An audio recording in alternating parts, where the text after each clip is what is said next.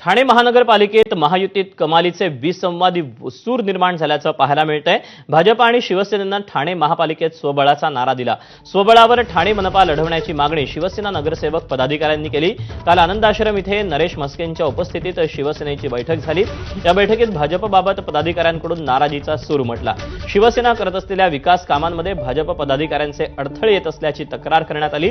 त्यावर खासदार म्हस्केंनी नगरसेवक पदाधिकाऱ्यांची समजूत काढण्याचे प्रयत्न केले अशी माहिती मिळते।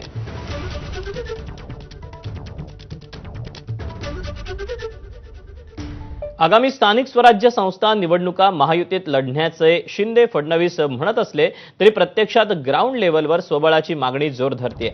रायगड, ठाणे, सांगली, सातारा, नाशिक, पालघर अशा जिल्ह्यातून महायुतीत एकत्र लढण्याची आशा धुसर झाल्याची माहिती उपमुख्यमंत्री शिंदेंनी घेतलेल्या व्हिडिओ कॉन्फरन्समध्ये एका नेत्यानं दिली अशी माहिती समोर येते। युतीत निवडणुका न झाल्यास स्वतंत्र लढण्यासाठी सज्ज राहण्याच्या सूचना या बैठकीत देण्यात आल्या। त्याचसोबत शिक्षण पदवीधर निवडणुकीसाठी मोर्चे बांधणी सुरू करण्यात आली। काल एकनाथ शिंदेंनी विदर्भ, मराठवाडा, पश्चिम महाराष्ट्र इथल्या मंत्री आणि आमदारांची बैठक घेतली।